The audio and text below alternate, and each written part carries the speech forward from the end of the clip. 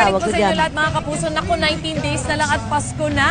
Pero bukod syempre sa ating pamimili ng mga regalo, masarap ding mamasyal kasamang ang ating pamilya ngayong Christmas season. At dahil dito sa Pasig City, libre po ang pamamasyal. Perfect po na gimmick yung mga attractions nila. Bukod sa taunan nilang Christmas on display, meron din sila lights and sounds attractions para sa mga taong gusto mamasyal. Di ba, Hero? Tama, Ate Susie. Kahapon, Lunes nga lang nila binuksan sa Yun, publiko para hindi fresh. lang magbigay ng aliw sa mga manonood, kundi magturo rin ng mga valuable lessons. Dahil isa ngang advocacy ng lungsod ay panatiliing malinis ang kanilang lugar. At hindi lang yan, kaya naman napili nila ang kanilang tema this year ay values of animals and environment.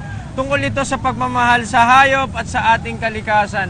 Highlight nila dito ang iba't ibang values tulad na lang ng pagtitiwala, pagmamahal, pagbigay ng galang, at pagbabahagi at pagpapatawad. Tama naman. Actually, dapat lahat ng mga values na yan para sa lahat ng tao. Sa ating Pero lahat yan. tama naman, Chef. Nasa may 20 characters po ang kanilang pinapaandar o pinapagalaw dito araw-araw po yan.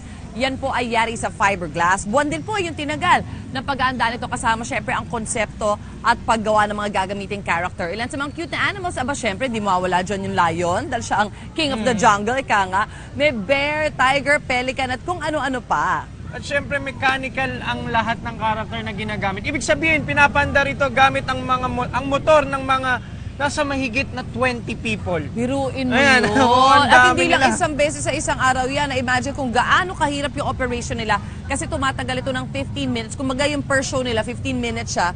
At paulit-ulit nila pinapaandar yan simula 6 p.m. hanggang 10 p.m. Gabi-gabi po yan. 30 minutes lang yung break nila sa pagitan. Ayan, pero hindi lang basta animated display ang pinagmamalaki ng mga Pasigenyo, Ate Susie.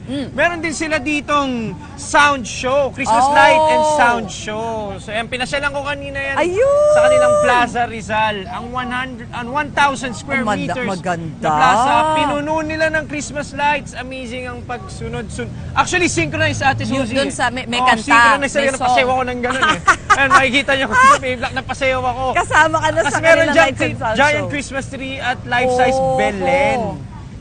Ganun din, 6 to 10 p.m. 6 to 10 din. p.m. din ang Uy, bukas grabe, yung Hero. Christmas Ang light show ganda. nila. Super ganda. Naku, alam mo, Hero, ang the best dito, walang bayad. Siyempre. Oo. At malinis na malinis. At of course, dito sa Pasig COD at sa light show nila, pwedeng dalhin ang inyong buong pamilya. Kaya naman, ang natipid nyo, pwede nyo naman pandagdag shopping yan. Tama-tama, nasarap lang natin ng animated display na to. Yung kanilang palengke, kung saan may mga bilihan ng pagkain, meron din siya mga panregalo ng mga laruan, kumbaga, RTW products at kung ano-ano pa. Kaya abangan yung pag-shopping namin, mga kapuso.